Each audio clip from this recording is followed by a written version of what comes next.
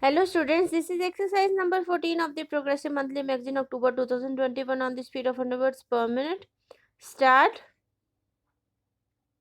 One of our state which in comparison to others in more prosperous is Punjab, where there is hardly any big plant, but there are plenty of small industries.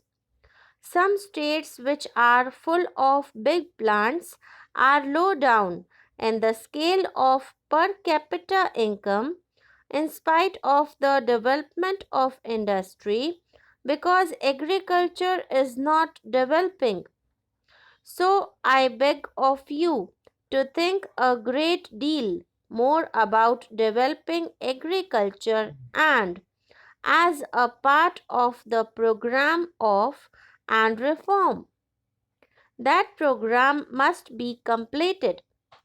After 60 years of independence, our program of land reform has not been fully implemented for various reasons and because of various pressures. This must be borne in mind.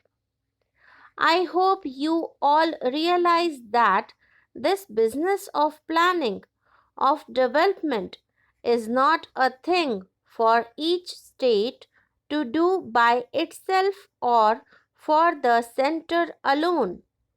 It is an activity in which there has to be the fullest cooperation between the center and the states and between the states because real development cannot ultimately take place in one corner of India while the other is neglected.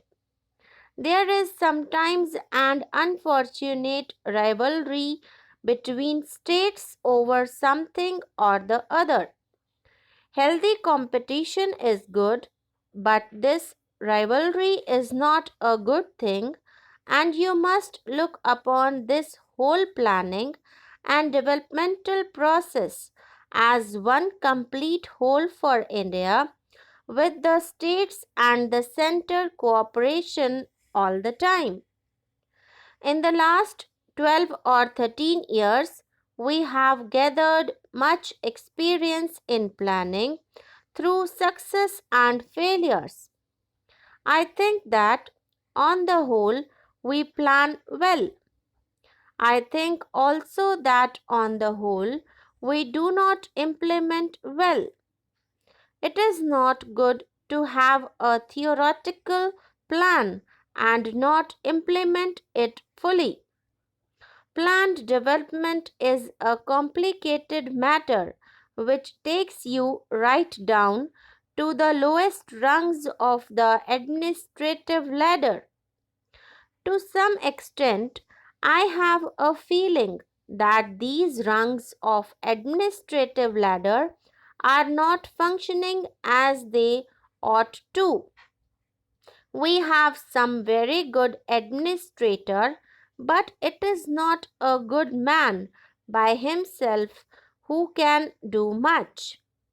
The whole tone of the administration has to be improved, right down to the revenue official and other officials. Sometimes there is a conflict between one department and another. Therefore, each state has to tone up its administration and ministers have to give little more time to administrative work. One of the things we have learnt from planning these last few years, and this has been stressed in the third plan report, is the need for perspective planning. You cannot plan for a year or even for 5 years. You have to think 20 years ahead and work up to those objectives. What happens is that we plan for 5 years as if we are going to start a new scheme of things at the beginning of every plan. There is no such thing. Planning is a continuous process. If you have got to do something in the fourth plan, you have to begin here and now. Not, of course, spending large sums of money, but still laying the foundations for it so that when the time for the fourth plan comes, it assured of a good start. We lost much time in the initial stages on any project. This is totally unnecessary. Therefore, I think in your agenda there is provision for the preparation of the fourth plan. Those arrangements must proceed now in the middle of the third plan.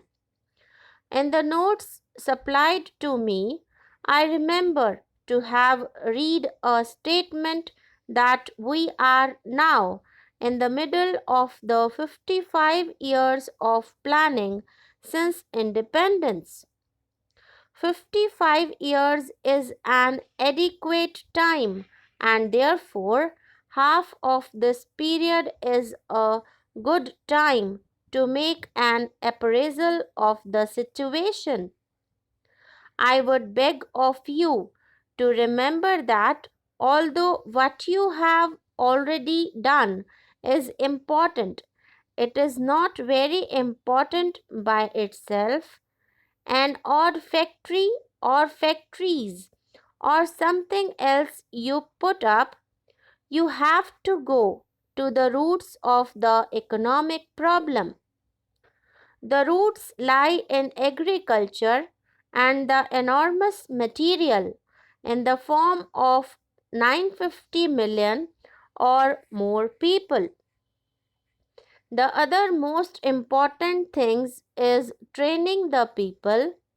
Apart from top level scientists, technicians, engineers, etc., and we are getting more and more of them now, general training for the masses engaged in agriculture is necessary.